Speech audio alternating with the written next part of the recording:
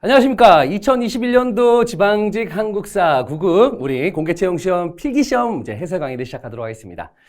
이번 시험과 관련해서 이제 간단하게 여러분께 이제 총평을 해드리자면, 문제가 전체적으로 난이도가 좀 쉬웠었죠. 같은 해 치러진, 우리 2021년도에 치러진 국가직 9급과 비교해봐도, 문제가 그렇게 어렵지 않았다. 킬러 문항이 하나도 또 없었습니다. 그만큼 좀 쉬웠는데, 앞으로도 시험이 이렇게 쉬울 것이냐라고 이제 여러분들이 판단하신다면 그건 또 오산이라고 제가 말씀드리고 싶어요. 문제라고 하는 거는 난이도가 좀 쉬웠다가 어려웠다가 반복하기 때문에 여러분들이 그렇다고 해서 쉽게만 대비한다고 한다면 또 다음에 이제 문제가 난이도가 어려워진다면 여러분들이 이 문제에 어떤 적응하기가 상당히 좀 어려워지거든요. 일단은 항상 기본 개념에 충실하자는 거, 그거 항상 말씀드리고요. 거기에 따라서 이제 우리가 문제를 난이도를 좀 조절해 가면서 이제 풀어보는 거죠.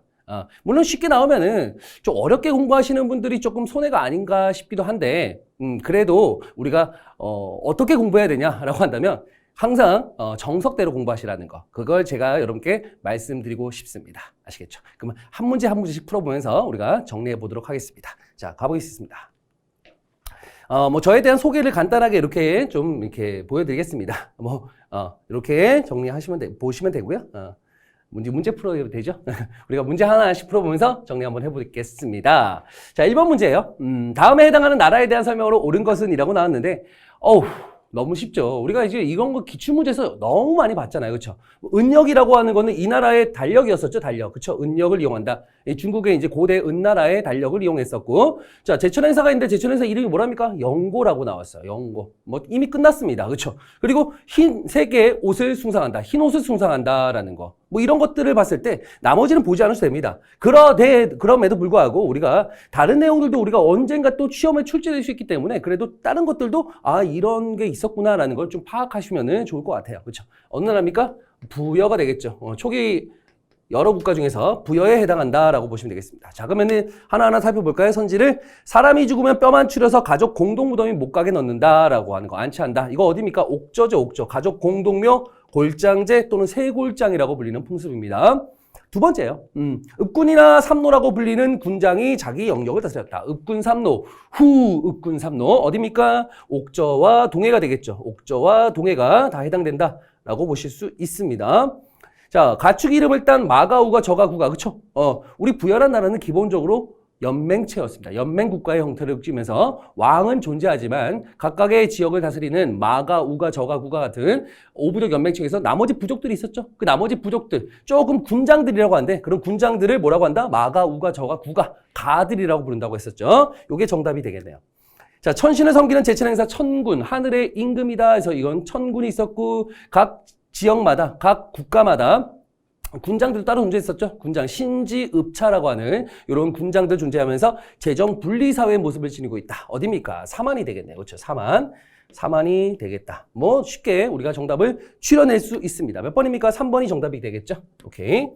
다음 문제 한번 가볼까요? 2번입니다. 가나라에 대한 설명으로 옳은 것은, 자, 북쪽 구지에서 이상한 소리를 부르는 것이었다. 구지봉설화. 그쵸? 구지봉설화 하면서, 이건 제가 기본 개념 시간에 여러 번 여러분께 말씀드렸던 부분이에요.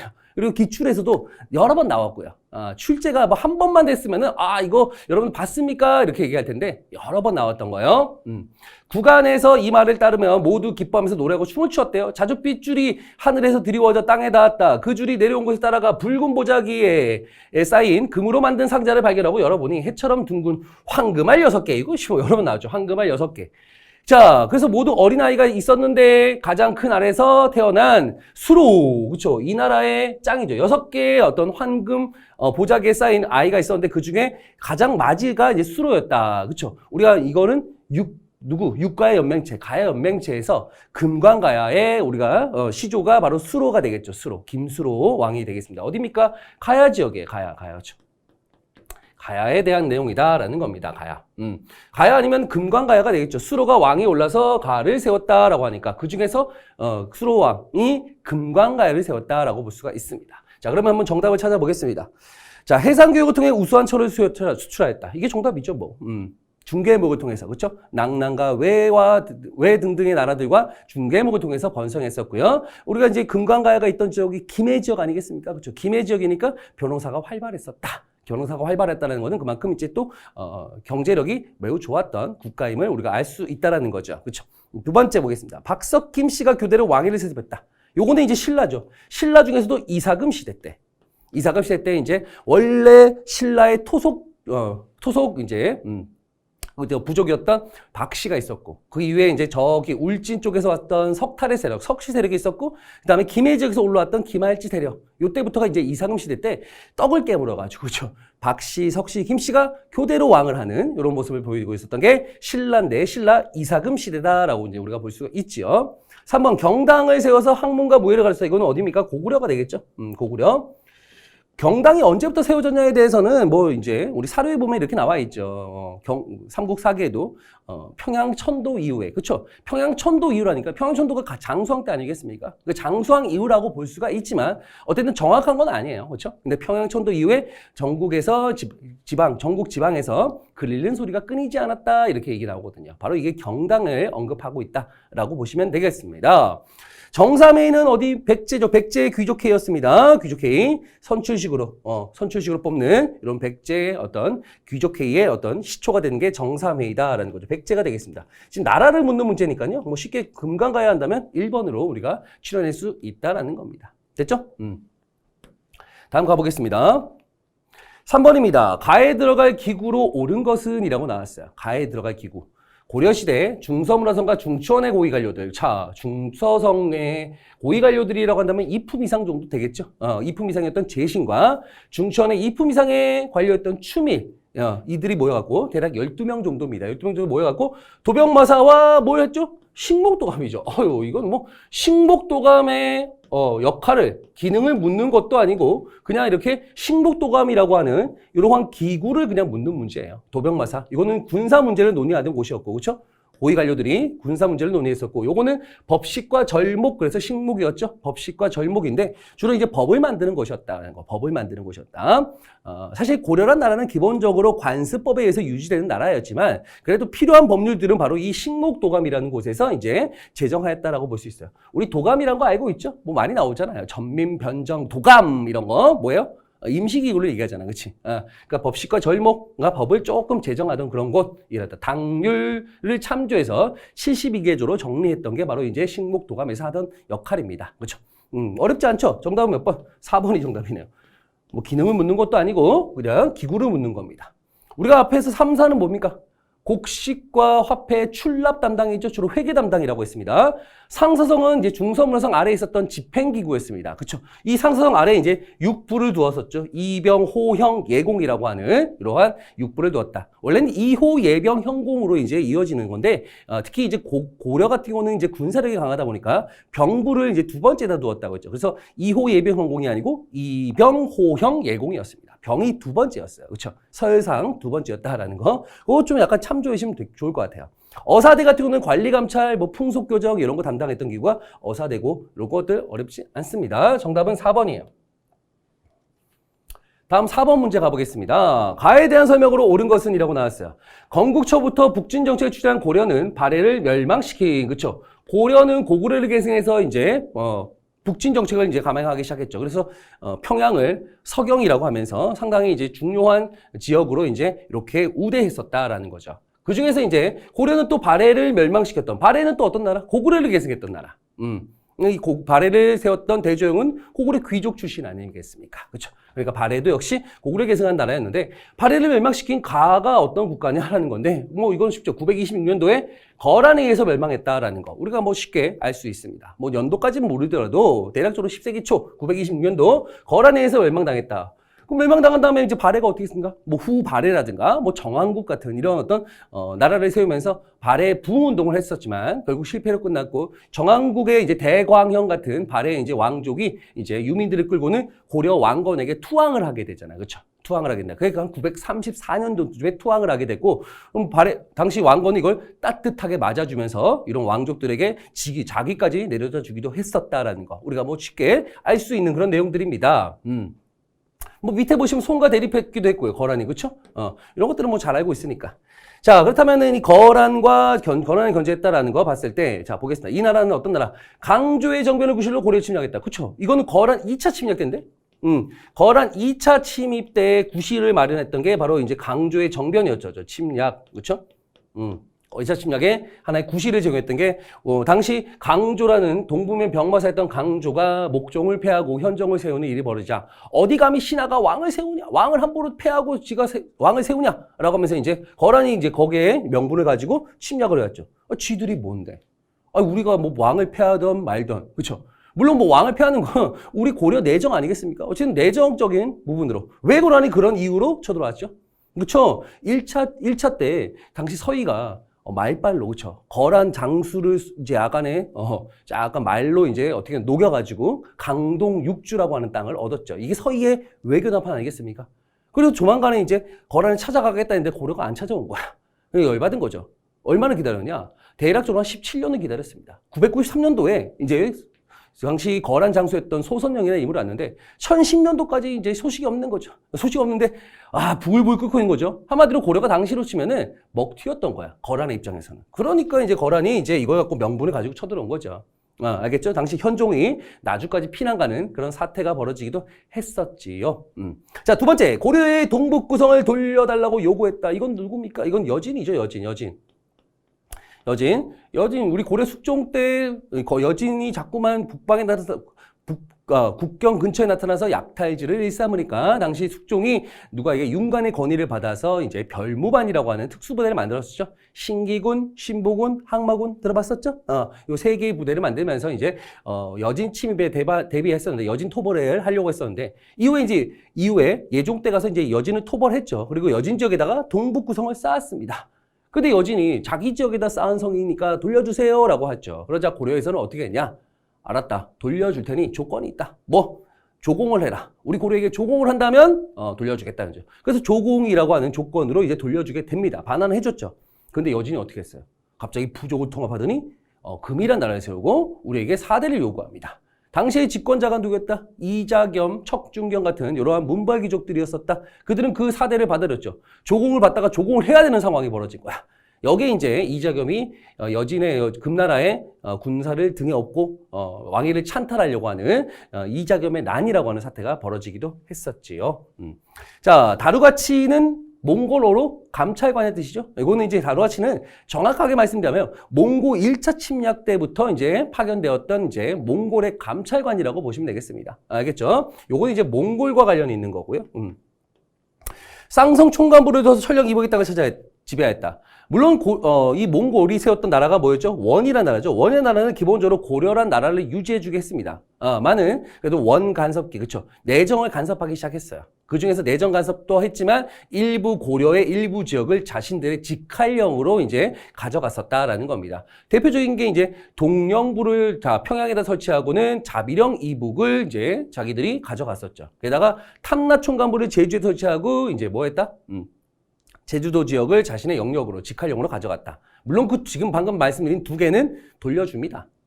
몽골에서, 필요 없다. 너무 필요 없다 해갖고 돌려주지만, 끝까지 가지고 있던 지역이 바로 쌍성 총관부가 관할하고 있던, 천령 이북 지역이에요. 요거는 이제 계속해서 자신들의 직할령으로 가지고 있다가, 있었는데, 이때, 공민왕 때 바로 이제 요 무력으로 요 땅을 수복하게 되는 거죠. 그쵸? 요것도 역시 마찬가지로 몽골이 세웠던 원과 관련이 있다라고 볼 수가 있겠죠. 우리가 거란이니까 정답 몇 번이요? 1번이 정답이 되겠습니다. 자, 다음 문제 가볼까요? 5번입니다. 자, 무릎 관직을 받은 자는 고신이 이제 임명장인데 여기 뭐 나왔죠? 임명장은 오프미아일 때는 가와 사간원의 서경을 받는다. 자, 서경이라고 하는 거 제가 여러분께 많이 말씀드렸습니다. 서경은 뭐예요? 시그네이처, 사인이지, 사인. 사인을 한다는 얘기는 뭔 뜻입니까? 동의를 한다는 뜻이야, 동의. 그쵸? 뭐에 대해서 동의한다, 도장을 찍는 걸 우리 사인한다라고 하잖아요. 그쵸? 사인한다, 동의하는 건 갖고 있습니다. 그러니까 이런 어떤 관리들, 오픈미아의 관리들의 임명할 때는 요 관원과 요 사관원의 관원이 같이 고려한다라는 서경권을 가지고 있는 게, 우리 고려시대 서경권을 가지고 있는 게 사헌부하고, 그쵸? 사관원 아니겠습니까? 대간 또는 대간 또는 양사라고 불렸던 사헌부와 사간원이 되겠어요. 사간원은 보통 이제 간쟁을 하는 기구였고 사헌부는 주로 관리 감찰. 고려시대로 치자면 어사대가 사헌부가 됐고 우리가 이제 낭사 그쵸? 낭사가 어디입니까? 중서문화상의 상품에 관리였죠. 낭사가 원래 간쟁하는 거 있잖아요. 그쵸? 이거 어사대가 된 거야. 요게 이제 고려시대 때는 요게 여기서 바로 뭐합니까? 서경권에 가지고 있었죠. 기억하시죠? 이렇게 조선시대로 이어졌다라는 건데 요게 어디예요? 사헌부가 되겠다. 사헌부. 바로 사헌부는 아까 말씀드렸지만 모든 관원을 규찰한다. 바로 어사대의 기능을 그대로 물려받은 겁니다. 풍속을 교정한다라는 거 봤을 때 사헌부. 그렇죠? 사헌부를 어떤 기능을 묻는 게 아니고 또 역시 사헌부 자체를 묻는 문제예요. 정답이 몇 번? 1번이 정답이 되겠습니다. 1번이 정답이 되겠다. 교서관은 뭐 하는 곳입니까? 자칫 교서관은 왕의 교지 또는 교서를 작성하는 곳이다 라고 했지만 아니라고 했죠. 그거 아닙니다. 착각할 수 있습니다. 교서관은 말 그대로 여기서 서에 주목하자. 서적입니다. 서적을 인쇄관행하는 곳입니다. 서적을 인쇄관행하는 곳. 그러면 왕의 교지, 교서를 작성하는 곳은 어디였습니까? 기억나시죠? 이거 헷갈리지 말라고요. 예문관이었습니다. 그 예문관의 대표적인 관리가 뭐였다? 이런 어떤 교지를 쓰는 관리를 뭐라고 한다? 기록을 하는 관리다. 사관이라고 했죠. 사관. 우리가 이제 뭐 드라마라든가 많이 봤죠. 사관들. 왕이 막 말씀하실 때, 신하들이 막 얘기할 때 적는 분들, 속기사 같이 막 적는 분들. 이분들을 사관이라고 하잖아요. 그렇죠? 매우 중요한 역할을 하시는 분들입니다. 자, 승문원은 뭐예요? 외교문서예요. 조선시대 때 외교문서를 담당하는 곳이었다. 원래 이제 한림원이란 곳에서 이제 고려시대는 한림원이란 곳에서 교지하고 외교문서를 다 같이 담당했거든요. 근데 그게 이제 조선시대 와서 예문관과 승문으로 쪼개진 거예요. 여 너무 심하나? 심하니까 이렇게 보시면 되는데 우리 교재에는 다 나와 있습니다. 다음에 승정원이라고 하는 건 뭐예요? 왕의 비서기관이죠. 왕의 비서기관으로서 원래 고려시대는 중추원회 중에서도 상품에 걸렸던 승선이라는 관직이 이제 따로 독립한 거죠. 우리가 알고 있는 이 승성원의 짱이 누구야? 짱. 우두머리가. 도승지라고 하죠. 도승지. 비서실장이에요. 그렇죠? 승정원은 바로 비서 기능을 감당한다라는 겁니다. 정답은 몇 번입니까? 1번이 정답이 되겠습니다. 다음 6번이에요. 자, 밑줄 친 그에 대한 설명으로 옳은 것은 그가 왕에게 아뢰었다. 제가 지금 이 6번 문제를 푸는데 6번 문제가 그나마 우리 이번에 지방직 9급 한국사 문제 중에서는 조금은 그래도 생각을 해야 되고 해야 되는 문제인데 그렇다고 해서 막 어렵게 뭐 기가 차게 어렵게 이런 건 아니에요. 사실 공부 조금만 했으면 맞출 수 있는 문제입니다. 보겠습니다. 그가 왕에게 아뢰었다. 삼교는 솔과 발과 같아 소태발과 같아서 하나라도 없어서는 안 됩니다. 지금 유교와 불교는 모두 흥하는데 그렇죠? 도교 지금 이분이 지금 도교를 얘기하고 있는 거야. 도교는 아직 번성하지 않으니 소위 천하의 도수를 갖췄다고 할 수 없습니다. 엎드려 청하오니 당에 사신을 보내 도교를 구해와서 지금 도교를 구하고 있는 사람이야. 이 사람은 근데 삼국사기라고 하니까 자, 이 도교를 갖고 왔는 건 언제예요? 도교를 갖고 왔다. 이거는 딱 보니까 지금 뭐예요? 불교와 유교를 조금 견제하기 위해서 도교를 지금 이제 가져가려고 하는 건데 누굴까요? 우리가 배웠잖아요. 그렇죠? 삼국시대 때는 고구려에 이런 것들은 이게 이 도교를 언급한 인물이 대표적으로 고구려의 연개소문이죠. 연개소문. 그렇죠? 우리 연개소문 하면 정치적인 인물도 있지만 이 연개소문은 이제 사실상 이제 정변 이후에 누구를? 영유왕을 끌어내리고 이제 왕의 자리만 보장하는 보장을 세웁니다. 그러면서 스스로가 대망리지 자리까지 올라오면서 사실상 고구려의 실권자가 됐어요. 7세기 이후에는. 그렇죠? 정변 이후에. 자, 이 연개소문은 당시 귀족들을 조금 눌러주고자 귀족들은 사실 불교를 좀 믿었잖아요. 그렇죠? 유교 공부를 하고. 그렇죠? 그래서 불교를 믿는 귀족, 그다음에 유교 공부를 하는 귀족들을 조금 견제하고자 어디로부터? 당으로부터 도교를 받아들여서 그들을 견제하고자 했다. 그렇죠? 약간 문화적으로 좀 견제하고자 했던 거예요. 자, 사상적으로. 그래서 도사 파견을 요청하기도 했다라는 거죠. 어디에? 당나라의 도교의 어떤 사제라고 볼 수 있는 도사 파견을 요청하기도 했었다라는 거. 정치적인 어떤 목적을 가지고 이렇게 도교를 수용하려고 했었던 분이 사람이 바로 연개소문이다라는 겁니다. 연개소문. 우리가 이 인물을 안다면은 사실은 이 선지에서는 답을 찾기가 좀 쉬워요. 수월하죠. 당과의 동맹을 체결했다. 이 사람 누구예요? 김춘추 아니야? 김춘추. 후에 이제 진덕여왕 때 김춘추. 이후에는 이제 무열왕으로 즉위하게 되죠. 세초의 진골 출신의 왕이 되겠다. 천리에서 축조를 맡아 수행했다. 그렇죠?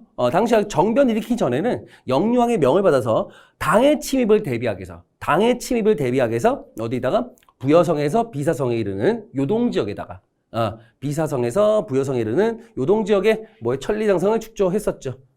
요게 정답이 되겠네요. 수나라의 군대를 살수해서 격퇴했던 거는 을지문덕이죠. 을지문덕. 요거는 이제 당을 맡기 전에, 당에 이제 건국되기 전에 수나라 시절에 을지문덕이 살수해서 당시 수나라의 30만 대군 중에 29만 7천 명을, 그쵸? 완전히 아작냈던, 그쵸? 아작냈던 그 인물이 바로 이제 을지문덕이다라고 했습니다. 남진정시에 출연해서 한성을 점령했던 인물은 5세기 때 장수왕이잖아, 그쵸? 장수왕. 뭐 이건 너무 쉬우니까 뭐 이렇게 정리하시면 되겠다. 정답은 몇 번입니까? 2번이 정답이 되겠습니다. 요 문제 이외에는 사실은 제가 볼 때는, 이것도 사실 어려운 문제가 아니고 이것도, 그나마 난이도를 굳이 따진다면 한 중 정도입니다. 근데 이게 그나마 좀 어려웠던 문제라고 볼 수 있어요. 제가 봤을 때는요. 여러분들 봤을 때는, 전 너무 쉽던데요. 그럴 수 있지만, 제 관점에서 봤을 때는 이게 조금은 그나마 중 정도고 나머지는 뭐 너무나, 그 이하다라고 제가 말씀드립니다. 감히. 자, 7번 가볼까요? 가인물에 대한 설명으로 옳은 것은입니다. 가가 귀산 등의 말하기를 세속에도 5개가 있으니 첫째는 충성으로서 임금을 섬기는 것, 효로서 어버이를 섬기는 것, 셋째는 선의로서 벗을 사귀는 것, 싸움에 임해서 물러서지 않는 것, 그 다음에 생명이 있는 것을 죽이되 가려서 한다라는 것. 우리가 이렇게 알죠? 첫째는 뭡니까? 사군 이충, 그쵸? 두 번째는요? 사친 이효, 세 번째는 교우 이시, 네 번째는 임전 노택, 다섯 번째는 살색 유택이었죠. 요거를 지으셨던 분, 화랑도의 이념이었잖아. 요 화랑도의 이념을 지었던 인물이 바로 원강이라고 하는 승려였죠. 원강. 언제입니까? 진평왕 때. 진흥왕 이후에 진평왕 때 원강이라는 승려였다. 진평왕이 이때 원강이 이제 세속 5개를 지었기도 했고, 또 하나가 뭐냐? 당시 수나라가 고구려가 막 이제 신라를 막 침략하고 그랬거든. 한강 뺏으려고. 한강한테 뺏기니까 다시 뺏으려고 막 신라를 치니까 당시 진평왕이 원강에게 요청을 해갖고 뭐에게? 수나라에게 이걸 쓰게 했었죠. 수나라에다가 이 외교문서를 써라라고 했죠. 그래서 원강이 썼던 외교문서가 걸사표라고 하는 게 있었죠. 표라고 하는 건 황제에게 보내는 글을 표라고 하고 걸사란 무슨 뜻입니까? 군사를 구걸한다라고. 그러니까 군사를 요청하는 글을 썼어요. 누구에게? 수나라에게. 그렇죠? 그 수나라가 이때 요걸 좀 받아들여갖고 이제 고구려를 침략하잖아요. 침략했습니다. 걸사표를 지어올렸다. 자, 승려가 지금 보세요. 지금 사람을 죽이래. 근데 가려서 죽이래. 자, 일단 불가에서는요, 살생을 금지하고 있습니다. 사람을 누군가 죽이는 것 자체를 금지하고 있어요. 그래서 여러분들 사찰 음식 보면은, 사찰 음식에는 뭐예요? 육식이 없습니다. 다 이제 뭐예요? 우리가 다 산채 비빔밥, 그쵸? 비빔밥들입니다. 산채예요. 그래서 육식이 없어. 그 승려가 이러면 됩니까? 이라고 하는데, 바로 이 원강의 어떤 이런, 불교는 무슨 불교라고 합니까? 이걸 호국불교라고 하죠. 원강이 이 걸사표를 지어 올리면서 이제 진평하게 했던 말이 어떤 말입니까? 제가 승려로서 이런 것들을 지어 올린다는 거는 승려로서 해야 될 일이 본분이 아닙니다. 그렇지만, 제가 왕의 땅에서 물과 풀을 먹고 자란 백성의 한 사람으로서 감히 왕의 명을 어찌 거역하겠습니까? 한마디로 뭐예요? 나라를 수호하는 게 먼저다 이거죠. 나의 어떤 그런 신념이라는 것도 지키는 것도 좋지만 나라를 수호하는 거 이게 가장 먼저다. 이거 호국불교라고 하죠. 뭐 호국 영령에 대한 묵념 이러잖아요, 그렇지? 호국 나라를 지키는 게 먼저다라는 약간의 호국불교적인 어떤 그런 이 모습을 보이고 있다라는 겁니다. 누구? 원강이죠. 모든 것이 한 마음에서 나온다라는 거 일심. 모든 건 마음에 달려 있다. 그래서 이제 해골물을 드신 다음에 유학을 안 가시고 이미 깨달으신 거야. 모든 건 마음에 있었구나. 내가 말이야 그냥 해고를 안 봤을 때는 이게 아주 성수였는데 딱 해고를 보는 순간 이건 정말 최악이었는데 근데 그게 몸에 이상이 있었으면은 그게 썩은 물이었으면 몸에 이상이 있었겠죠. 뭐에 문제가 있던 거야? 내 마음속에 문제가 있었던 거야. 그렇죠? 그래서 모든 것은 마음에 있다라고 했던 게 원강이 아니고 원효 대사죠. 원효. 자, 화엄사상을 구성해서 연구해서 화엄 일승 법계도 누굽니까? 의상이 되겠다. 왕의 수나라의 군사를 구걸하는 청하는 글을 올렸다. 이게 걸사표잖아, 방금 전에. 그쵸? 두 번째, 네 번째. 인도를 여행했고, 인도와 인도 주변의 중앙아시아를 여행하면서 거기에 대해서 정의한 쓴 글을 왕호 천추국정 누굽니까? 통일사 때 해초 스님이었죠? 너무 쉬워요. 공부했다면 너무 쉽습니다. 정답은 3번이 되겠다. 다음. 가는 북학의. 자, 이 북학의만 보더라도 이미 벌써 끝났습니다. 그쵸? 청의 선진기술, 청의 발전된 상공을 받아들이자. 자, 나는요, 중국 및 일본의 방대한 자료를 찾으면서 해동 역사. 자, 우리가 이 그들의 이제 저술했던 책들을 좀 보셔야 된다는 거. 북학의 누굽니까? 박제가, 초정 박제가가 되겠죠. 자, 해동 역사를 얘기할 때는 뭐 제가 말씀드렸죠. 해동, 우리나라를 지칭하는 여러 말들이 있다. 우리나라를 지칭하는 말. 제가 항상 그러잖아요. 우리 지금 대한민국에 살고 있잖아요. 근데 우리 대한민국에 살고 있는데도 여전히 아직까지 야, 조선 팔도에 그런 게 어디 있어? 응? 아, 뭐 조선의 4번 타자. 뭐 조선의 어쩌고저쩌고 이런 나오잖아. 아니, 우리가 지금 조선시대입니까? 대한민국인데도 그런 말 쓰잖아. 그 조선이란 말은 무슨 뜻이에요? 그러니까 우리나라를 그냥 지칭하는 듯한 그런 말이잖아요. 그렇죠? 당시에도 우리나라 말을 지칭합니다. 뭐 고려시대 때도 조선시대 때도 우리를 지칭하는 말들이 많아요. 사만도 그렇고. 가끔 그런 얘기 하잖아요. 사극에서 사만 제일검. 그러니까 선생님, 사만은 저기 마한 지난 변한 그때 그냥 우리나라예요. 사만 제일검 이러면 우리나라야. 우리나라. 해동 우리나라입니다. 그 다음에 사만이라든가 해동이라든가 아니면 동국 이런 것들은 우리나라를 그냥 지칭하는 말들이에요. 그렇죠? 거기에 이제 뭐 태백 이런 것도 있습니다. 예전에 뭐 일제강점기 때 우리 박은식 선생이라고 이분은 자기 호를 바꿨어요. 뭘로? 태백광노라고. 태백광노. 태백, 우리나라의 광노가 미친 노예거든. 일제강점기 때 자기가 스스로를 미친 노예라고 얘기한 거야. 이런 식으로 호를 바꾸기도 했죠. 그 해동이라는 배는 우리나라. 그 우리나라의 역사가 아니라 우리나라의 기록을 엮은 거야. 엮었다는 얘기는 우리나라에 대한 기록이 단 한 줄이라도 있다 싶으면은 그걸 다 참고 자료로 한 거야. 그래서 제가 이 책을 얘기할 때 항상 그랬죠. 뭐야? 참고 자료가 500권이다라는 거죠. 우리나라의 기록뿐만 아니고 주변국에 우리나라에 대한 기록이 있다 싶으면 다 참고 자료 집어넣는 겁니다. 그래서 우리 엮은 책이다라는 거죠. 기록을 엮은 거. 그래서 기전체 역사서로 쓴 거잖아요. 그렇죠? 누굽니까? 한치훈. 한치훈. 저랑 성이 똑같은 한치훈입니다. 그래서 요거는 박제가고 요거는 한치훈이다. 제가 그래서 조선 후기 때 특히 조선 후기잖아요. 그렇죠? 요때 역사서 하면서 3대 사서, 조선기 3대 사서예요. 안정복의 동사강모, 이긍익의 연려실기술, 한치훈의 해동 역사, 이거 3개는 무조건 기억해 두시라라고 강조드렸던 부분입니다. 자, 어렵지 않죠? 정답은 몇 번입니까? 박제가 한치훈이니까 정답 3번이 정답이 되겠습니다. 다음 가봅시다. 다음 사건은 시기순으로 발생이 나이란 것은 뭐 이거는 뭐 우리 무신 정권과 관련해서 여러 번 얘기했습니다. 정변 일으킨 게 먼저겠죠? 정변 일으킨 게 먼저요. 자, 그 다음에 최충원이 이의민을 제거하고 권력을 잡았다. 이건 최충원 집권, 최씨 집권기의 시작이죠. 최씨 집권기 시작이다라는 거. 최충원. 우리가 뭐 무신정권 하면은 초창기 때 정중부, 그쵸? 물론 이고라든가 이의방 같은 인물들이 있었지만 이걸 다 평정했던 게 정중부였고, 정중부 다음에 경대승, 그리고 요 경대승 이후에 이의민, 천민 출신의 이의민이었다라는 거. 요게 이제 무신정권 초기였다. 그 다음에 이제 이의민이 최충원의 동생이었던 최충수의 비둘기, 아주 아끼던 비둘기를 죽이자. 여기 최충원과 최충수가 빡친 거죠. 그동안은 이제 쌓인 것도 있었지만 그게 이제 결정적인 계기가, 직접적인 계기가 됐던 거고, 이후부터는 최우, 최항, 최일로 이어지는 최씨 집권기였다. 62년 동안 이어지는 최씨 집권기였고, 이후에 이제 김준, 임년, 임юм으로 이어지는 마지막 무신정권 붕괴기의 모습이었다. 요 세 시기로 항상 구분해서 보시라고 말씀드렸습니다. 그렇죠? 정변 다음에 이 최충원의 집권, 그 다음에 충청에 몽골군이 쳐들어왔다. 자, 몽골의 침입이 언제부터입니까? 자, 항상 제가 몽골 침입할 때마다 최후 정권 때 어쩌고저쩌고 하잖아요. 그렇죠? 최후 정권 때입니다. 이게 정확하게 한다면 1231년도에 1년도에 몽골이 1차 침입했고, 몽골이 1차 침입이 있었고, 요 충주성 같은 거는 언제였냐면요. 몽골 5차 침략 때. 그러니까 우리가 정확하게 저처럼 뭐 몽골 5차 침략 때 충주성 전투가 있었다. 이때 뭐 방어 별감으로 이제 김윤우가 있었다. 김윤우 같은 경우는 2차 때, 몽골 2차 침략 때 이제 처인성에서 이제 처인 부공민들과 함께 또, 같이 이제 몽골에 맞서면서 당시 살리타라고 하는 몽골 최고 장수를 이제 사살했거든요. 그런 것도 있지만 나중에 또 충주성까지 와서 또 방어 별감 하시면서 또 이제 몽골에 맞서 싸웠던 분입니다. 그리고 6차 때는 충주 다인철수. 이런 것들을 우리가 좀 알고 있을 거예요. 그렇죠? 근데 어쨌든 이 몽골 침략은 언제였다? 최후 정권 때였다. 최후는 1차 침략 받자마자 어디 갔습니까? 강화천도 있잖아. 그렇죠? 강화도로 일단 들어갔잖아. 그렇죠? 개경에서 강화도로 들어가 버렸잖아요. 자, 이자강호 척준경 이거는 언제예요? 무신정권 전이죠. 무신정권 전에 1126년도에 그렇죠? 이거는 무신정권 고려 중기 때 모습이죠. 고려 중기 때 모습이다. 그래서 우리가 정확하게 지금 저처럼 연도를 모르더라도 대략적으로 이제 언제예요? 라 다음에 그렇죠? 이게 내가 제일 먼저고 그 다음에 무신정변이 일어났었고 문벌귀족의 모순으로 일어났었고, 그 다음에 이제 최씨 정권 누굽니까? 최충원 있고 아들이었던 최우때 가서 이제 몽골 침략을 받았다. 라가 나다가 이렇게 되겠죠. 그렇죠. 정답은 3번이 정답이 되겠습니다.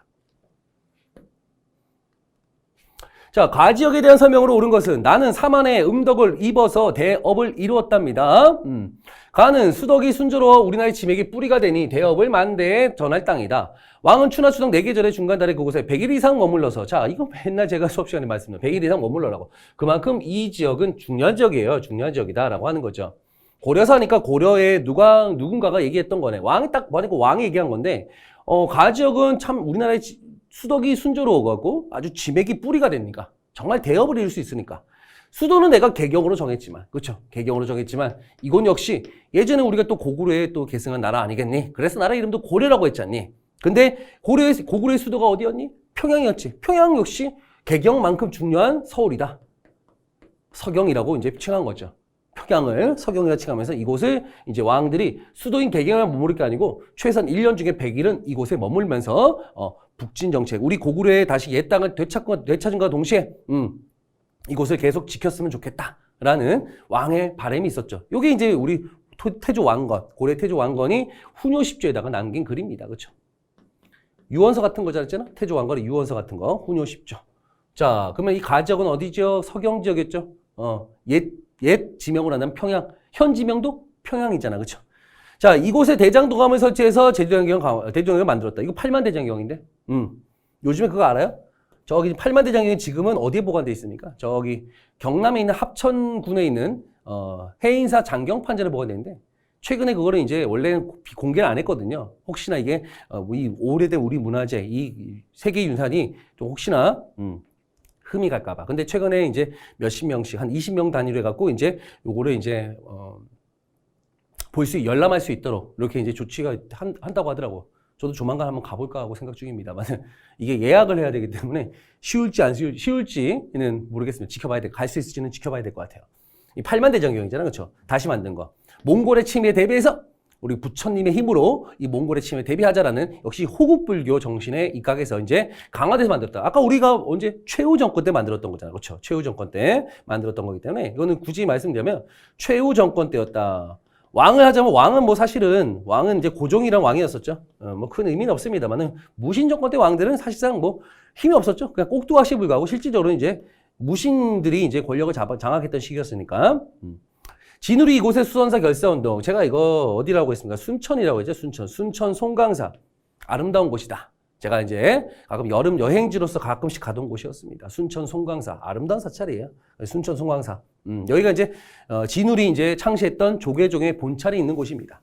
자, 망이 망소이는 어디입니까? 공주 명학소였죠. 특수행정구역 공주 명학소 공주고요. 몽골이 이곳의 동령부. 자, 아까 제가 동령부 설명했었죠. 원간석기 때 동령부 하면서 어디에다가 평양에다가 설치해갖고 그 위에 있는 자비령 이북 지역을 통솔했었다라는 거죠. 동령부는 평양 지역에 설치했던 겁니다. 요거 정도는 우리가 알고 가셔야 돼요. 정답은 4번이 되겠습니다. 자, 11번 가겠습니다. 다음 내용의 역사서에 대한 설명으로 옳은 것은, 자, 왕께서는 우리나라 사람들은 유교경전과 중국 역사에 대해서는 자세히 말하는 사람이 있으나 우리나라의 사실에 이르러서는 잘 알지 못하니 유감입니다. 중국 역사서에 우리 삼국의 열전이 상세하게 실리지 않았다. 또한 삼국의 고우기 옛날 기록에는 문체가 거칠고 졸렬하며 빠진 부분이 많으므로 이런 까닭에 임금의 선과 악, 미쳐 신하의 충과 사, 국가의 안위 등에 관한 것을 다 드러내어 그로써 후세의 권계를 보이지 못했다. 마땅히 일관된 역사를 완성해서 만대에 물려줘 해아별처럼 빛나도록 해야겠다. 선생님 모르겠는데요. 이걸 모르겠다고 하시는 분은 그동안 기출문제를 전혀 안 보신 분이었거나 어떤 우리 기본서에 있는 사료들을 전혀 안 보신 분입니다. 여러분, 그리고 제가 여러분께 이런 얘기들을 여러 번 했어요. 이거 설명할 때도 제가 사료를 모두 다 꺼내갖고 여러분께 이렇습니다 얘기 안 해드려도 여러분들 이거 충분히 알 수 있어요. 제가 항상 그랬죠. 임금의 선과 악, 신하의 충과 사, 이런 것들. 선과 악과 충과 사는 뭐예요? 여러분들 이거는 뭐 불교적인 내용이에요? 유교적인 내용이에요? 그렇죠? 유교적이잖아. 그렇죠? 유교에서 강조하는 거 아니겠습니까? 인의예지, 인간의 어질과, 그렇죠? 예와 이런 걸 알아야 된다. 선과 악과 충과 사도 이런 거잖아. 그렇죠? 유교적인데 이 책은 상당히 합리적인 내용만 실으려고 했습니다. 그래서 이 책을 유교적 합리주의 사관이다라고 표현했죠. 이걸 단순하게 그냥 외우라고, 이렇게 외우라고 하는 게 아니라 이게 다 그 책 안에 들어가는 내용들을 이런 식으로 표현한 거예요. 유기적 내용과 더불어서 합리적인 내용만 실었다는 거. 이건 뭐예요? 김보식의 삼국 사기잖아. 그쵸? 그리고 이거는 우리가 기출문제라든가 사료 공부를 통해서 여러 번 했던 내용들입니다. 그렇기 때문에 이런 걸 모르면 안 돼요. 모르면 안 됩니다. 김보식의 삼국 사기. 자, 그렇다면 우리가 이 내용을 알 수 있죠, 충분히. 그렇죠? 볼까요? 불교를 중심으로 신화와 설화. 이거는 일연, 승려였던 일연의 삼국 유사죠. 군이 인각사란 사찰에서 저술하셨던 책입니다. 유기적 합리주의 사관에 따라서 기전체. 그렇죠? 기전체 알잖아요. 그렇죠? 본기, 열전, 지표 이렇게 해서 왕의 이야기, 신하들의 이야기, 그 다음에 각종 제도에 대한 이야기, 연표 이런 것들을 따로 정리했던 거. 그렇죠? 요거 맞습니다.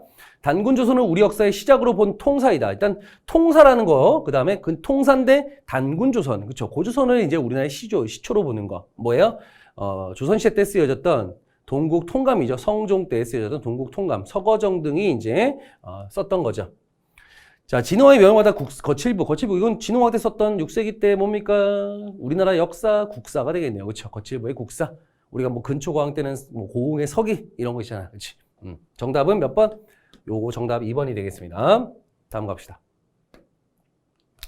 자, 12번입니다. 밑줄 친 이왕입니다. 이왕은 어떤 왕인지 봅시다. 문무왕이 외병은 뭐 이제 외놈들이죠. 가문사를 처음 참관했다. 가문사를 처음 참관했는데 했으나 끝내 뭐 이걸 하지 못하고 바다의 용이 되어 죽었다.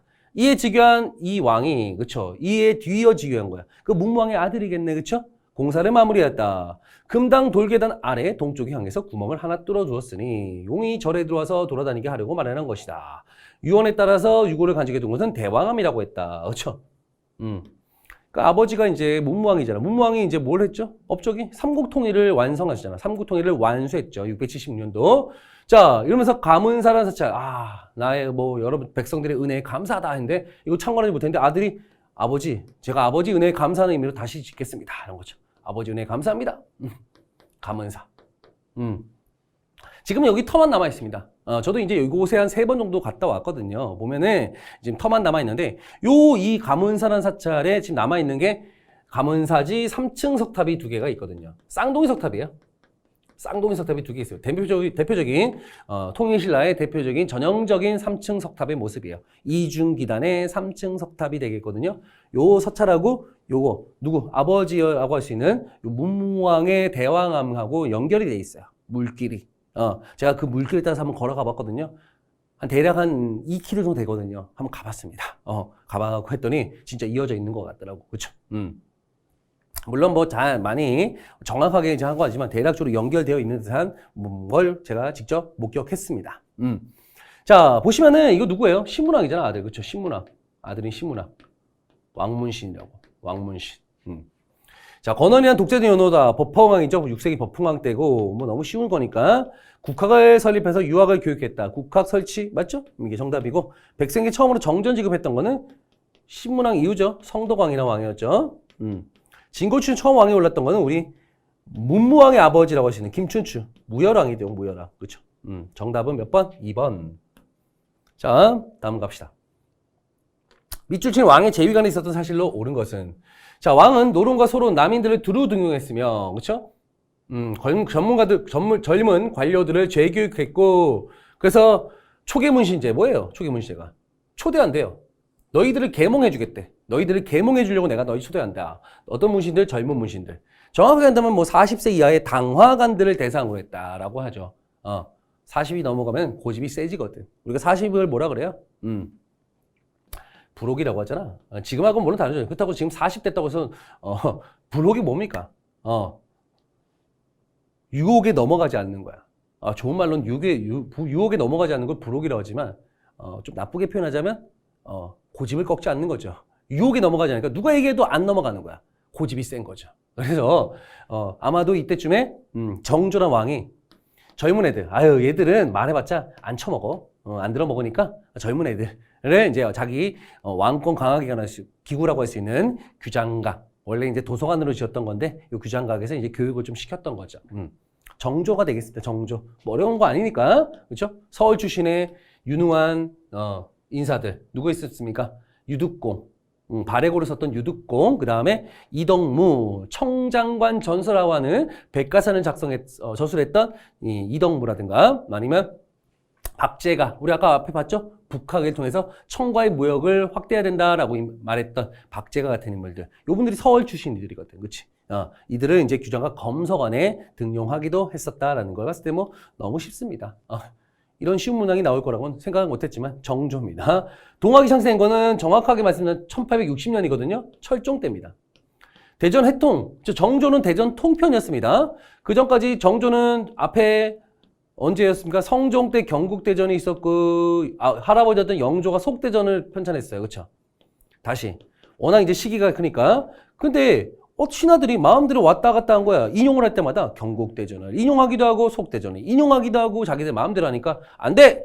같이 교집합. 그쵸? 요거와 요거의 교집합. 대전들 중에서 관통하는 것만 편집해서 내가 얘기하거라, 이런 거죠. 맨날 왔다 갔다 하지 말고 똑같은 것만 편집해서. 대전 통편입니다. 근데 나중에 이제 흥선대원군 한참 뒤죠. 흥선대원군 뭐합니까? 이거 다 모아 대전들을 모아 모을 회자 모아서 통하게 해. 대전 회통. 그렇죠? 요거는 이제 흥선대원군. 왕을 얘기하자면 대원군은 왕이 아니었죠. 아들이 이제 왕에 오르자 아들 대신해서 이제 섭정했던 인물이죠. 신해 통공은 뭡니까? 신해에 있었던 상공을 통하게 한다. 금난 정권 폐지였죠. 시전상인들이 가지고 있던 금난 정권을 폐지함으로써 이제 난전들도 이제 어디 도성 안에서 장사할 수 있게 해줬던 거죠. 홍경래라는 굳이 한다면 1811년 순조 때가 되겠습니다. 뭐 정조 때 업적을 묻는 건데 쉽게 우리가 풀이할 수 있으면 3번이 되겠죠. 다음. 14번입니다. 가인물에 대한 설명으로 옳은 것은입니다. 철종이 죽고 고종이 어린 나이로 왕이 되자 고종의 아버지인, 방금 전에 말씀드렸던 누굽니까? 이분이 바로 흥선대원군. 왕의 아버지를 대원군이라고 하는데, 흥선대원군이죠. 아들이 이제 어리다 보니까, 11살. 그쵸? 세도 가문에서 이제 11살짜리, 자기들이 다루기 쉽다라고 생각했던 11살짜리를 왕에 오르자, 11살짜리가 정치하기는 좀 그렇잖아. 그러니까 아버지에게 이제 정치가 맡긴 건데, 아버지가 이제 이때부터 세도 가문들을 확실하게 조져버리고 왕권을 회복하려는 그런 어떤 개혁 정치들을 막 단행했던 거죠. 그 중에서 이제 임진한테 불탔다가 방치했던 경복궁을 중건했었습니다. 그 다음에 이렇게 경복궁이라는 국가 대토목공사를 치르게 되자 돈이 부족했던 나머지 원납전의 기목을 받았는데 이거를 뭐 강제로 이제 징수하는 일이 벌어지자 원망하면서 납부하는, 그러면서 양반들이라든가 각 관청으로부터 약간 불만을 좀 초래했다라고 보시면 되겠고, 거기다가 돈이 필요하니까 당백전이라고 하는 약간의 고액화폐를 발행하면서 약간의 실물 경제를 조금 흐트러뜨리는 그런 모습을 보였던 게 대원군의 약간의 개혁 정치에 조금 패착이었다라고 볼 수 있는 부분. 자, 흥선대원군이니까 대한국 국제는 언제예요? 이게 1899년도 이미 대원군 돌아가신 다음이에요. 한참 뒤. 대원군은 딱 1863년도, 73년도까지 딱 10년 동안 권력을 잡았습니다. 아들 대신해서. 무소불위의 권력을 딱 이때 누렸었죠. 그렇죠? 그러다가 이제 조용히 운영궁이라고 하는, 운영궁에 머무시면서 자기의 거처라고 할 수 있는 운영궁에 머무르면서 사실은 뒷방 늙은이로 밀려나 있다가 이모굴한테 잠깐 올라왔는데 그때도 이제 잠깐이었고요. 그러다가 청나라 잡혀간 다음에 돌아오셔갖고 조용히 계시다가 그리고 돌아가셨죠. 나중에 이제 뭐 알츠하이머가 걸리는, 그죠? 치매가 좀 걸렸다라고 이제 하고도 하는데, 어쨌든 요거는 고종이 되겠고요. 서원을 대폭 줄인 자였죠. 서원 철폐 수순을 받습니다. 이 서원이라는 곳이 이제 사실상 이제 양반들의 아지트 같은 곳이었는데, 이곳이 이제 면세, 세금도 안 내고 역을 또 면하고 하다 보니까 상당히 국가 재정에 약간의 문제가 좀 되었던 거야. 그래서 앞으로 국가에서 허가한 서원만 빼고는 다 없애라 했던 거죠. 거의 뭐 600개 이상을 없앴던 당시의 모습입니다. 그래서 양반들로부터 불만을 초래하기도 했었습니다. 양반을 적으로 좀 돌리기도 했었죠. 우정천국 개국 축하령을 이용해서 정변했고, 이건 개화당 세력들이네요. 개화당. 그렇죠.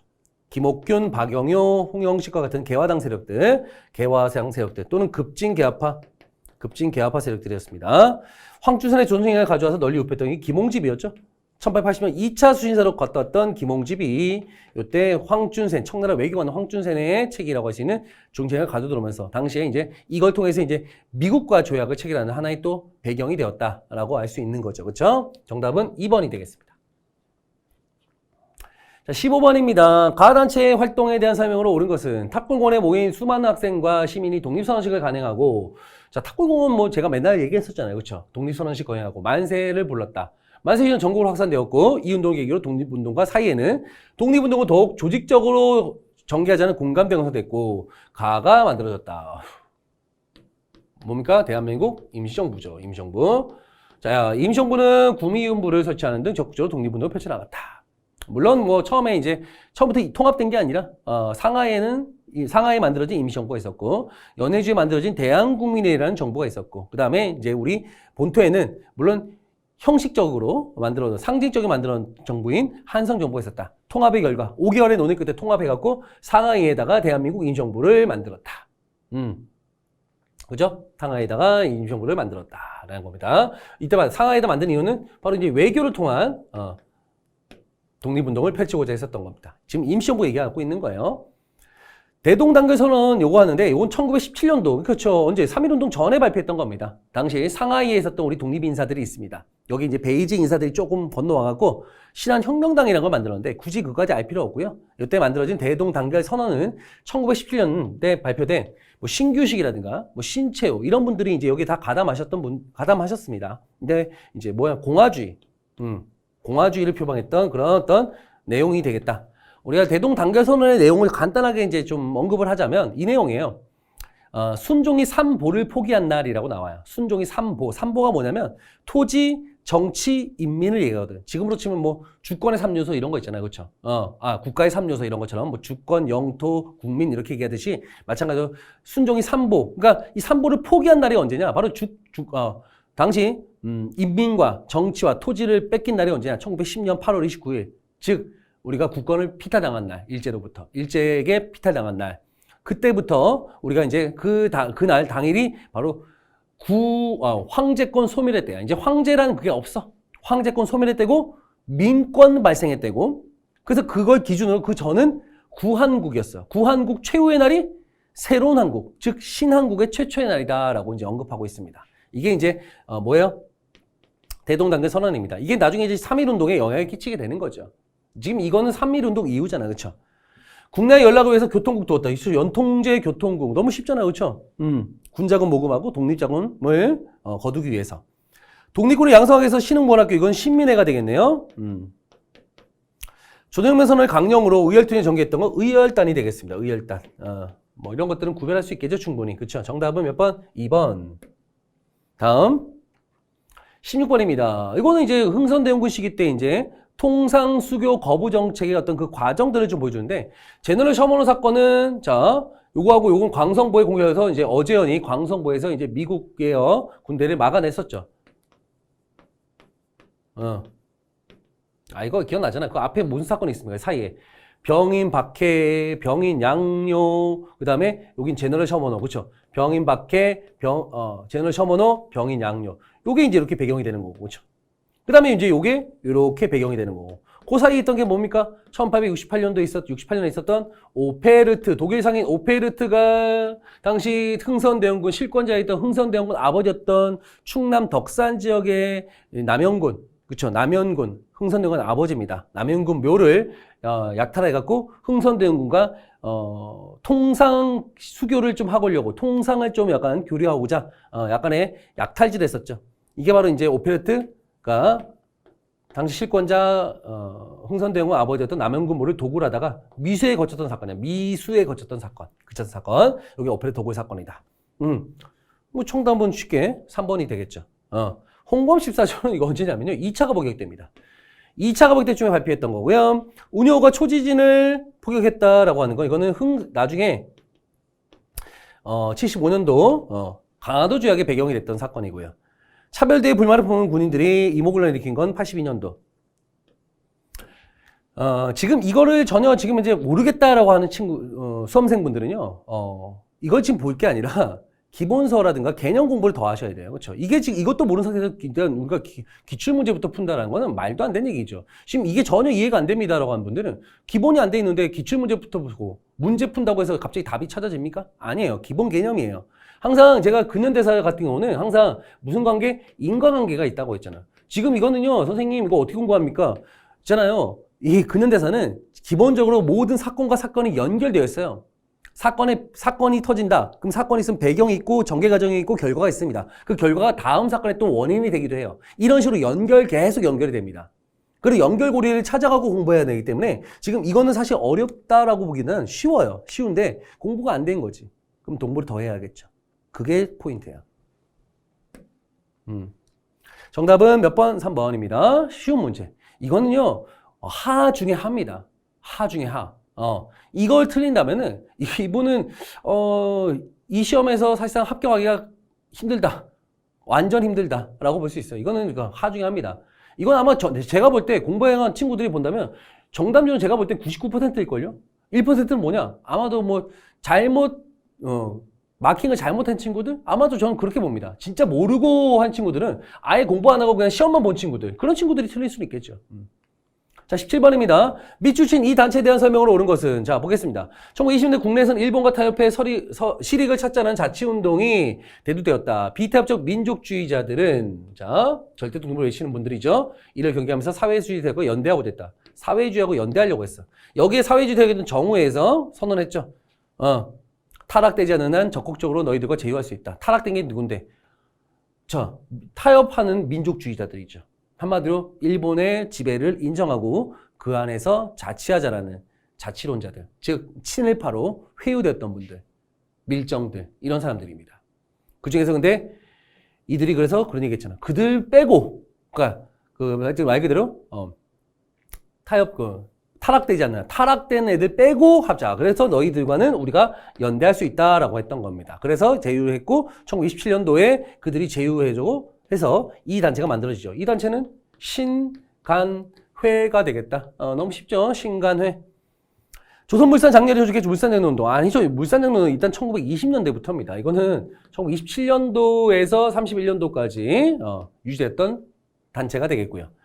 고등교육기관을 설립하기 위해서 밀립대학 설립 운동도 22년부터예요. 밀립대학 설립운동. 이 상제가 밀립대학 기성회 같은 걸 만들었죠. 문맹 택지와 미신타파 등을 목적으로 문화도 운동 전개했던 거는 뭡니까? 동아일보입니다. 동아일보. 31년도부터 동아일보에서 이게 문화로드가 뭐예요? 러시아 말로 민중속으로 해서 농촌 계몽 운동을 벌쳐 나갑니다. 광적산업의 진상을 조사하고 이를 알리는 대회를 개최해요. 민중대회 개최가 됐다. 이게 신간이잖아, 그렇죠? 주로 이제 합법적 민족운동을 전개하던 이 단체는 당시 19년도에 터졌던 1929년에 터졌던 광주학생 항일운동의 진상조사를 파견하고 이걸 계기로 하고 이 광주학생 항일운동이 전국구 운동으로 확대가 되자 이걸 계기로 민중대회를 개최하려다가 이 신간의 간부들이 대거 구속이 되는 사태가 벌어지게 됩니다. 그렇죠? 정답 몇 번? 4번이 되겠습니다. 다음 갑시다. 다음 같은 내용이 담긴 조약에 대한 설명으로 옳은 것은 이 조약이 어떤 거냐. 일본 정부는 그 대표자로 한국 황제 밑에 한 명의 통감을 두되, 그렇죠? 통감은 전적으로 외교에 관한 사항을 관리한다. 이 조약 이후에 외교에 관한 사항을 관리한대요. 경성에 주재하고 있다라고 나왔고요. 그렇죠? 이런 내용을 봤어요. 그 다음에 이 사관은 통감의 지휘하에 종래 제한국 일본 영사에 속해 있던 모든 권리를 집행한다라고 했습니다. 통감을 두는 거야. 이 조약으로 통감을 두기 시작한 게 뭐예요? 우리가 알고 있는 을사늑약 1905년 11월 달 체결되었던 을사늑약. 물론 당연히 이 조약은 무효죠. 무효이자 부당하죠. 왜냐하면 고종께서 당시 을사늑약을 체결했던 1905년도 11월 달은 사실상 대한제국식이었거든. 대한제국의 수장은 누굽니까? 황제가 되겠죠. 대한민국의 짱은 누굽니까? 국민이 되겠죠. 민국이니까. 제국은 황제가 되는데 황제가 옥새 안 찍었는데 을사오적 그 대신 놈들이 그걸 대신 찍었죠. 누구? 이완용, 이지용, 이근택, 박재순, 권중현. 이 을사오적 놈들 아니야. 그렇죠? 그중에서 외무 대신이었던 박재순의 도장을 대신해서 이때 체결한 겁니다. 이땐 조약 제목도 없는데 그냥 당시 왜 조약이라고 늑약이라냐? 이거는 우리가 강제성을 가지고 있는 거잖아. 우리가 이제 거기에 합의를 한 게 아니거든요. 합의를 해야지 조약인 거지. 이건 합의를 안 된 조약이다. 하지만 그들은 이제 이거를 너희들을 보호해주기 위한 조약이다. 우리가 너희들의 외교권을 가져감으로써 이런 항상 어지럽고 이런 어떤 힘든 시기에 우리가 너희들을 보호해 주려다. 그래서 을사 보호 조약이라고 해요. 우리 보호국 해준다. 그리고 나중에 이제 앞에 1차가 있었기 때문에 요거를 또 2차 한일 협약이다라고 부르기도 한다 했죠. 그렇죠? 자, 그렇다면은 이 조항에 대한 설명을 옳은 것은 총독을 설치한다는 조항. 총독부를 설치하는 거는 1910년 국권 피탈 이후죠. 헤이그 특사 직후 일제 강요를 체결했다. 직후가 아니고 이 조약 체결 이후에 이제 고종이 헤이그 특사를 파견했었죠. 왜냐? 헤이그에서 만국평화회의라는 회의가 있다 보니까 이때 각국 정상들이 모이거든요. 그래서 이곳에서 이 을사조약은 부당한 조약이고요. 무효입니다라는 걸 알리기 위해서 3명의 특사를 파견했습니다만은 회의장에 못 들어간다 했죠. 어차피 그 강대국들은 다 같은 일본 놈들과 같은 놈들이에요. 그렇죠?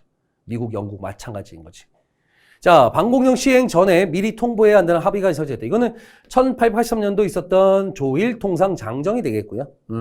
자, 제가 을사조약 얘기할 때마다 항상 그렇습니다. 이들이 이제 이때 박탈했던 게 외교권이에요. 우리 보호국 해준다 하면서 외교권을 박탈했거든. 외교권. 외교권이니까 우리가 스스로가 외교권을 발휘할 수가 없는 거죠. 그래서 내용을 보면 이렇게 나와 있다고. 중계라는 편이 있고, 그렇죠? 경유라는 편이 있다. 뭡니까? 일본국의 중계를 거치지 않고서는 제3국가 어떠한 성질의 국제적 조약을 체결할 수 없다. 중계. 그리고 일본의 외무성을 경유해야지만 할 수 있다는 거지. 중계, 경유 이런 표현들이 나온다. 이거 을사조약 결국 우리의 외교권 박탈과 관련 있는 내용들입니다. 정답은 4번이 되겠어요. 다음 갑니다. 가에 대한 설명을 옳은 것은 1945년 12월 모스크바에서 미소영의 외무장관들이 모였다. 딱 봐도 모스크바 3국 외상회의네요. 모스크바 줄여서 모스크바 3상회의. 1945년 12월 달에 있었던 모스크바 3상회의입니다. 자, 이회에서 미국, 소련, 영국, 중국이 최장 5년간 시타통치를 시행한다는 합의가 이루어졌고 또 미국과 소련이 땡땡을 개최해 임시정부 수립의 문제에 논의하기로 했다. 여기 있는 내용들이 가장 기본적인 내용이 뭡니까? 4개 조항인데 첫 번째가 뭐예요? 일단은 얘네들이 지금 이제 일제 강점기 동안 35년 동안 식민지배 당했잖아. 그러니까 정부를 만들어주자. 일단은 정부를 만들어주자. 근데 얘네들이 정부를 만드는 방법을 모르거든. 왜냐? 35년 동안 노예 상태에 있었기 때문에. 이렇게 얘기합니다. 노예 상태에 있었기 때문에. 이게 식민지 생활을 했기 때문에. 모르니까 일단은 그나마 그래도 우리 한반도에 조금 머물렀던 미소에서 공동위원회를 설치해갖고 이 공동위원회를 개최한 다음에 임시정부 수립을 도와줘라 이거지. 어떤 스타일의 정부, 어떤 식의 정부를 만들 것인지를 여기서 해주는 거야. 하지만 이들이 정부를 만들고 바로 나라를 통치할 수 있는 게 아니니까 일단 최장 5년 동안은 미영 중소 4개 나라가 돌아가면서 뭐 하겠다고 믿음을 가지고 신뢰를 가지고 대신 위탁 통치를 하겠다라는 신탁 통치에 대한 언급을 합니다. 요 내용이에요. 그러니까 이거는 뭐예요? 지금 미소공동이랍니다. 결국은 이제 여기에 신탁 통치 때문에 당시 국내에 이게 소식이 전해지자, 물론 동아일보에 오보가 있었습니다만은 어쨌든 이 소식이 전해지자 당시 좌우에서는 뭐 합니까? 좌에서는 처음부터 둘 다 반탁을 외쳤습니다. 어디 가면 말도 안 된다. 우리가 식민 통치 받았는데 어떻게 또 신탁 통치가 말이 되냐 했지만 점차 이제 여기서는 반탁이었다가 이쪽은 찬탁으로 일단 정부 만드는 데 해준다며. 그러니까 최장 5년인 거지. 우리가 정부 만들어서 잘한다면 그들이 빨리 돌아갈 수 있는 거 아니야? 최장 5년이지. 뭐 1년 이하도 있고 6개월일 수도 있는 거 아니야. 그러니까 찬탁으로 돌아서요. 반면에 일단은 신탁 자체가 안 된다. 신탁 자체가 잘못된 거다. 라면서 끝까지 반탁했던 우익 쪽은 반탁. 이렇게 계속 가는 거죠. 처음에는 다 반탁을 치다가 이렇게 간다. 그래서 좌우 간의 대립이 극심한 모습을 보인다라는 건데 우리가 지금 이거 설명하자면 뭐 한참 끝이 계속 이어져야 되는데 어쨌든 여기서 얘기하는 요거는 뭐예요? 임시정부 수립 문제에 대해서 논의하기 위해서 그렇죠? 이게 수립을 논의하기 위해서 도와주기 위해서 미소공동회가 열린 거잖아. 그렇지? 미소공동회에 의견차를 결렬되고 말았었죠. 그렇죠? 왜? 미국 같은 거는 뭐라고 합니까? 처음에 소련이 이런 얘기를 해요. 어차피 우리가 이 모스크바 3국에서 신탁 통치가 결정된 거 아니겠니? 그러면 신탁 통치를 하기로 했으니까 신탁 통치를 찬성하는 쪽만 정부에 관여하도록, 정부에 참여하도록 해야 되는 거 아니야? 그럼 좌익 정부가 되는 거야. 그럼 사회주의 정부가 될 수 있죠. 미국이 이걸 가만둘 리가 없죠. 아니다. 모두가 참여해야 되지 않은 거 아니야? 모두가 참여해야 되는 거 아니야? 라는 거지. 좌우 가릴 것 없이 모두가 참여해야 되는 거 아니야? 그래서 결국 뭐냐면 이 정부에 들어갈 구성 인원들을 어떻게 할 것이냐? 요들만 할 것이냐? 요들을 다 할 것이냐? 미국이 그냥 좌익 정부를 만들어 주려고 하지 않을 거 아닙니까? 그렇죠? 그래서 의견차를 결렬됐다라는 거죠. 협상 대상 문제로 결렬되었다라고 나와 있습니다. 건국준비위원회 조직하는 성과. 건국준비위원회는요, 여운형이 광복하자마자 만든 거예요. 그렇죠? 광복하자마자 이제 조선 건국동맹을 바로 개편해갖고 만든 겁니다. 건국을 준비하기 위해서 만든 거예요. 민주화를 확실한 재헌헌법. 이거는 나중에 미군정, 그쵸? 이후에 이제 미군정을 거친 다음에 바로 1948년에 가서 8월 달에 가서 이제 7월 달에 가서 7월 달에 있죠. 재헌헌법. 7월 17일. 우리가 재헌절이죠. 이거는 좀 한참 뒤가 되겠고요. 유엔 감시의 총선거로 정부를 수립한다는 결정. 이것도 역시 뒤에 가면 1948년 언제냐? 2월 달에 가서 1월 달쯤에 가서 이제 결정이 내려집니다. 그렇죠? 근데 요 총선거 한다. 유엔 감시하에 남북한 인구 비례 총선거 한다 했는데 북한 쪽에서 거부한 거야. 인구 비례를 할 경우 남한 쪽이 유리하다. 그러면 남한 쪽에 있는 우익 정부가 들어서 확률이 있다라고 생각했는지 이 당시 유엔 감시의 총선거를 하고자 유엔에서 이 한국 임시위원단을 파견했는데 이거를 북한으로 들어온 걸 막아요. 그러자 다시 유엔에서 소총회를 열어갖고 야 이들이 들어가서 뭐 선거를 도와주려는데 못 들어오게 하는데 그러면은 가능한 지역만으로 하자. 그래서 남한에서 5.10 총선거라는 남한만의 총선거가 벌어지게 되고 이렇게 해서 재헌 국회가 결성되고 재헌 헌법이 만들어지고 대한민국 정부가 수립됩니다. 남한만에. 그래서 북한 쪽은 이때다 싶었는지 바로 조선민주주의인민공화국이라는 이름으로 북한 정부를 수립하게 됩니다. 알겠죠? 그런 건데 이거는 역시 그 뒤가 되겠다라는 거죠. 정답은 1번이 되겠습니다. 자, 마지막 문제입니다. 가식이 있었던 사실을 옳은 것은 4.19혁명이 언제예요? 이거 이승만 정부가 이제 하야했던 거죠. 이승만의 자유당 정부가 붕괴됐던 거. 유신헌법은 1972년도. 이게 이제 12년인데 4.19혁명 이후에 이제 이승만이 하야하고 자유당 정부가 붕괴됐습니다. 그 다음에 이제 개헌된 3차 개헌이 이루어지면서 장면 내각이 잠깐 들어섰죠. 이 장면 내각도 역시 마찬가지로 9개월 만에 당시 이 혼란 상황을 극복하고자 누가 박정희, 소령이 아니죠. 그 당시에는 소장이었죠, 소장. 이 군부들을 끌고는 이제 쿠데타를 일으켰죠. 이게 5.16 군사정변. 이게 61년도에 있었어요. 그리고 2년간의 군정을 한 다음에 이분이 군복에서 양복으로 싹 갈아입으신 다음에 대통령 선거에 나오셨고, 민들은 그분을 뽑아줬습니다. 그리고는 언제까지? 72년까지 쭉 정치, 5대, 6대, 7대까지 대통령에 하십니다. 원래 2번까지인데 그것도 69년도에 또 무슨 일이냐? 삼성개헌 2번까지 하고 끝나는 거였어요. 71년도에 끝나는 건데 삼성개헌을 통과시켜갖고 71년도에 또 대선에 나오셨는데 그 다음에 겨우겨우 당선이 되신 거야. 당시 40대 기술을 내세웠던 김대중 후보한테 밀린 거죠. 그러자 72년도에 바로 이제 뭐합니까? 유신체 정부에서 종신집권을 가능하게 했던 거죠. 이런 내용들을 여러분들이 알고 가신다면 내용 쉽습니다. 반민족 행위처벌법은 이건 언제예요? 바로 이제 대한민국 정부 수립 후에 48년 9월 달이에요. 이거는 이제 이승만 정부 때였고, 7.3 공동성명이 발표됐다. 맞죠. 7.4 남북 공동성명은 같은 72년도인데 7월 달이고 10월 달이에요. 자, 근데 선생님 이거 어떻게 합니까? 제가 그랬죠. 같은 연도라도 항상 선후 관계가 있고 원인 결과가 있다라고 했습니다. 그런 것만 잘하면은 여러분들이 연도에 너무 집착하지 않으셔도 이게 사건만 보더라도 이게 앞인지 뒤인지 충분히 알 수 있어요. 그 대표적인 게 남북 공동성명은 뭐예요? 퍼포먼스입니다. 박정희 정부는 계속해서 뭘 내세웠습니까? 반공정책이었어요. 공산당 죽여야 된다, 쓰러뜨려야 된다, 반공정책이야. 그걸로 일관되겠는데 이게 정세가 변한 거예요. 국제 정세가 60년대 말부터 변한 겁니다. 그게 닉슨 독트린이었고 당시 이제 미국도 공산권 국가였던 중국과도 이제 뭐 이렇게 조금 교류하면서 조금의 약간 냉전이 조금 완화되는 시점이었어요. 그 반공만 계속 주구장창 외칠 수가 없었거든요. 요때 이제 박정희 당시 정권이 내세웠던 하나의 그 카드가 뭐였냐? 여러분들 그동안 반공이었는데요. 이젠 통일로 가겠습니다. 이런 거예요. 그 통일 누가 할 수 있겠습니까? 그동안 여러분들 어려운 또 경제, 힘들었던 경제 누가 살렸습니까? 제가 살렸습니다. 통일 제가 하겠습니다. 그러면서 갑자기 퍼포먼스를 펼친 거야. 그 퍼포먼스가 바로 7.3 공동성명이에요. 물론 이게 나름대로는 광복 이후에 북한과 어쨌든 통일 정책을 논의하는 첫 번째 자리이긴 했습니다. 많은 남들 박정희 정부는 이걸 퍼포먼스를 이용한 거야. 보여주기식. 그리고는 여러분들 보세요. 통일 제가 할 수 있다는 걸 보여드리지 않습니까? 그러니까 저한테 권력을 주십시오. 10월 달에 유신헌법을 선포하는데 이게 이제 국민 투표를 거쳤는데 국민들이 믿어준 겁니다. 근데 이렇게 독재 체제인지는 몰랐었지. 그쵸? 이게 70년도입니다. 이건 퍼포먼스. 여기 들어가는 거예요. 이게 7월이고 이게 10월이거든요. 유엔 동시가입은 91년도 이거 언제예요? 노태우 정부 때잖아요. 그쵸? 5.18 광주운동 이거는 신군부가 이제 이렇게 신군부가 이제 진압했던 대표적인 또 하나의 우리 역사의 또 아픔이 되겠죠. 현대사의 아픔이 되는 게 5.18 광주 민주운동이 되겠습니다. 이거는 그래서 한참 이제 뒤가 되겠고요. 유신헌법 이후입니다. 정답은 2번이 정답이 되겠습니다. 자, 이렇게 이제 우리가 2021년도 지방직 9급 한국사 공개 채용 시험 이렇게 해설 강의 마쳤는데요. 보시면 알겠지만 공부하셨던 분들은 알겠지만 뭐 전체적인 문제의 난이도가 그렇게 어렵진 않았습니다. 항상 기본에 충실하자는 거 항상 제가 여러분께 강조드립니다. 그러면서 쉽게만 공부하지 마세요. 정석대로 갑시다.